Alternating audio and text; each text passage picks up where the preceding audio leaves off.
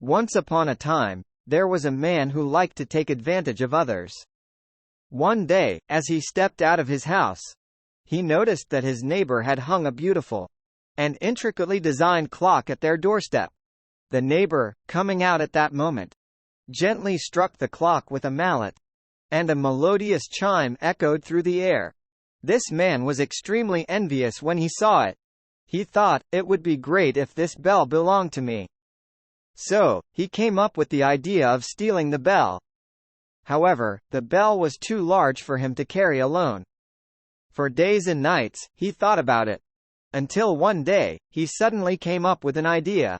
If I smash the bell into pieces, I can carry it home, he thought. But then, another concern arose. The sound of the clock ringing when it struck. What if someone hears? He pondered further. I'll have to plug my ears to avoid being heard, he concluded with excitement. One night, he sneaked out when everyone was fast asleep.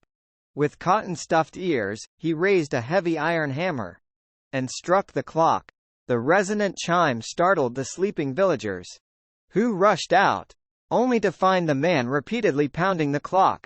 The owner of the clock confronted him, snatching the hammer away and demanding, "Why are you smashing my clock?" Perplexed, the thief gestured to his stuffed ears and asked, "I plugged my ears. How could you hear the clock ringing?" The story of covering one's ears to steal a bell is often used as a metaphor for those who, in their misguided cleverness, employ impractical and harmful methods, thinking they can deceive others without consequences.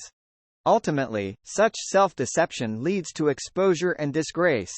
It serves as a reminder to act with integrity and adhere to sensible approaches in both actions and character.